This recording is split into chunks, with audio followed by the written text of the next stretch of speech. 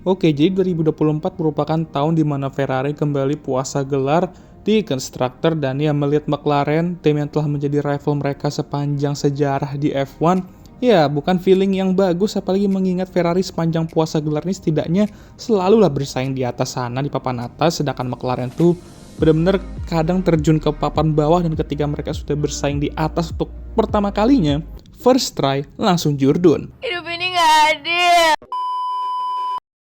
Iya, nggak adil bukan? Begitulah hidup BTW ya. Tapi gue hari ini mau bahas aja mengapa Ferrari patut berbangga atas pencapaian musim ini walaupun mereka kembali buka puasa dan mengapa musim ini hanyalah permulaan dari era renaissance mereka untuk kembali menjadi tim brutal seperti era Michael Schumacher dulu.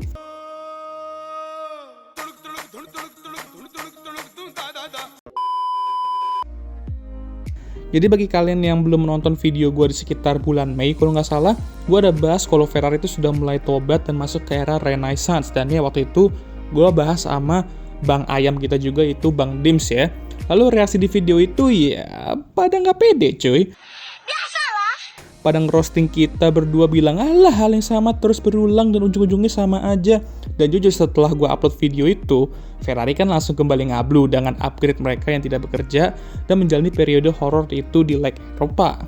Dan menurut gue, periode horor itulah yang benar-benar membuat mereka bisa dibilang harus perpanjang kontrak puasa itu di 2024. Tapi hey, nggak apa-apa lah, karena tim-tim lain musim ini juga memiliki update. Ya gue bilang update aja lah ya, karena upgrade ya upgrade mobilnya, tapi kalau malah downgrade ya itu berarti downgrade namanya. Makanya gue selalu bilang kalau tim ada bawa perubahan dalam mobil, ya update aja lah ya. Kalau itu menaikkan level performa ya itu upgrade, kalau bukan ya sebaliknya gitu. Anyway, baik lagi, semua tim membawa update yang mengupgrade dan ngedowngrade mobil mereka musim ini. Tapi kita lihat dulu, selain karena periode suram itu di leg Eropa, yang menurut gue menjadi poin penting kenapa mereka gagal jurdun musim ini, yang bisa menjadi faktor kedua ialah Carlos Sainz. Nah, gue bisa diserang nih ya sama fansnya, tapi kita harus akui kalau dia tuh patut disalahkan juga. Dia membuat beberapa kesalahan yang benar-benar costly banget dan benar-benar membuang Ferrari itu cukup banyak poin. Contohnya di Kanada, di mana dia crash karena kesalahan sendiri, lalu di Baku di mana dia bisa aja meraih podium tapi malah crash sama Checo, dan DNF lagi, tapi ini mungkin ya bisa 50-50 lah ya. Dan juga lagi-lagi di kondisi hujan, dia membuat kesalahan di Brazil dan kembali DNF. Itu merupakan kesalahan-kesalahan sendiri, walaupun yang di Brazil gue harus akui itu juga pengaruh Ferrari dikit ngasih ban Inter yang lama, dan itu bisa dibilang membuat dia crash. Tapi bayangin kalau misal hal-hal tersebut gak terjadi, mungkin kita bisa melihat Ferrari buka puasa musim ini. Ya kalau misalkan DNF itu terjadi karena masalah teknis seperti mobil metong tiba-tiba atau apapun itu, ya kita nggak perlu menyalahkan dia. Tapi kan kesalahan-kesalahan itu terjadi karena errornya dia sendiri, dan agak lucu juga biasanya kita selalu mention Charles kalau membicarakan soal error ya. Tapi musim ini dia tuh justru benar-benar bersih, dan di balapan dimana dia gagal poin tuh karena masalah mobil dan kesalahan teknis lainnya seperti strategi. Dan kalau kita lihat McLaren, alasan mengapa mereka bisa jadi juara ialah mereka sama sekali nggak mengalami DNF dan jarang membuat kesalahan sendiri. Kalau misalkan ada begitu, mereka setidaknya nggak crash yang DNF tapi masih bisa lanjut untuk melakukan damage limitation kayak Oscar di Abu Dhabi kemarin. Dan bahkan itu pun bukan karena salah dia juga, dia terjun ke belakang itu. Walaupun hal yang sama tidak bisa dibilang ke momen dimana dia membuat satu Argentina marah itu ya. Ini yang gue bilang kenapa dia patut disalahkan si Carlos ya. Tapi tetap musim ini dia juga berperan penting kenapa Ferrari bisa berada di posisi untuk bisa nantang McLaren sampai akhir ini. Karena yes, dia buang banyak poin, tapi juga mampu mencetak poin yang banyak juga. Hanya ya tidak cukup saja akhirnya. Tapi bang, McLaren kan juga memiliki mobil terkencang musim ini. Yes, bener. Secara rata-rata musim ini mereka tuh benar-benar memiliki mobil terkencang. Tapi itu berarti ada di beberapa balapan di mana Ferrari itu sebenarnya memiliki mobil terkencang.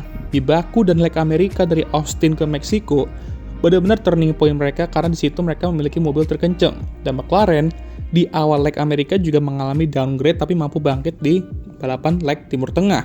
Jadi emang selalu nggak nentu di setiap balapannya, dan disinilah kita lihat skill pembalap itu dapat diuntungkan. Dan nanti kita akan ke situ. Jadi secara rata-rata mobil mereka kalah dari McLaren musim ini, tapi ya udah nggak apa-apa. Mereka musim ini mampu membuat mereka keringat dingin dan apes saja di beberapa periode. Ya ini sih yang emang kadang nggak bisa. Tapi kita harus lihat beberapa hal positif juga, dan menurut gue ada beberapa hal positif yang bisa kita petik dari Ferrari musim ini, dan ada 3 hal. Pertama, kita mulai ke pembalap mereka yang utama dan bakal bertahan di musim depan, yaitu Charles Leclerc.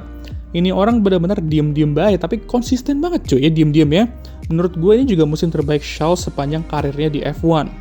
Jadi ini bisa dibilang mirip kayak musim 2020-nya Max Verstappen, di mana dia tuh mampu mengekstrak kemampuan mobilnya dan sudah membuktikan kalau dia tuh sudah mateng. Karena sudah minim banget kesalahan dan hanya butuh mobil kenceng aja untuk bisa bersaing untuk gelar juara dunia. Dan untuk Lewis, nanti gue berharap dia juga bisa terus menekan Charles untuk menjadi pembalap yang lebih baik lagi seperti Carlos yang benar-benar membuat Charles terus berkembang sebagai pembalap. Ya paling yang gue khawatirkan nanti selain performa Lewis yang apakah masih sebagus dulu, ialah kedua fans mereka yang ya bakal gelut lah nanti ya. Mengerikan. Hal kedua ialah manajemen mereka. Baik dari pit stop dan strategi mereka tuh sudah jauh membaik dibandingkan dulu-dulu. Bahkan harus diakui, kemenangan-kemenangan mereka musim itu disebabkan oleh strategi-strategi mereka yang bagus, dan McLaren yang malah mengferrarikan diri melawan Ferrari. Ya agak meresahkan ya bener ya. Ya adalah momen ngelawaknya, tapi ya setiap tim nggak sempurna. Red Bull aja yang mendominasi 2023. Ada kok momen ngelawaknya, jadi sesekali dua kali gak apa-apa lah. Tapi harus diakui ini musim dimana gue tuh enjoy banget nonton Ferrari, karena mereka ya anteng-anteng aja dan jarang blunder. Ya paling pasti leg Eropa aja yang agak bikin kesel, tapi selain dari itu gue juga expect pasti bakal ada momen-momen seperti itu. Dan justru bagus karena dari sini mereka tahu mana yang harus mereka waspadai soal update menuju 2025. Dan aspek ketiga ya sudah jelas, Fred Vasseur. Babe satu ini bener-bener dah mungkin tim prinsipal Ferrari terbaik yang kita punya sejak Jean Todt. Dan ironis juga sama-sama French ya.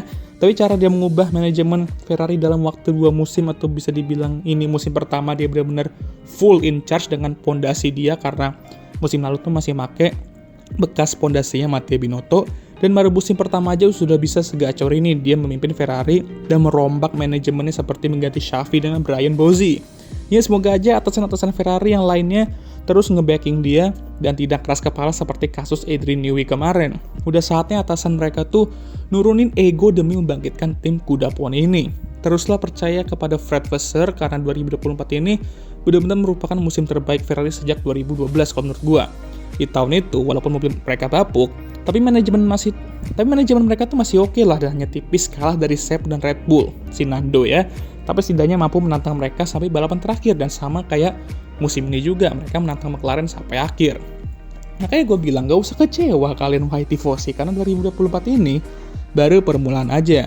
Cara mereka mengakhiri 2024 aja tuh sudah menjadi sinyal bahaya untuk para rivalnya, atau bahkan dari awal 2024 aja mereka tuh sudah memberikan sinyal dengan mendatangkan Lewis Hamilton. Nah sekarang mereka sudah memiliki salah 2 pembalap terbaik F1 saat ini. Manajemen sudah oke dan gue expect akan terus membaik. Lingkungan tim juga sudah sehat dan friendly, moral timnya juga lagi tinggi ya kan.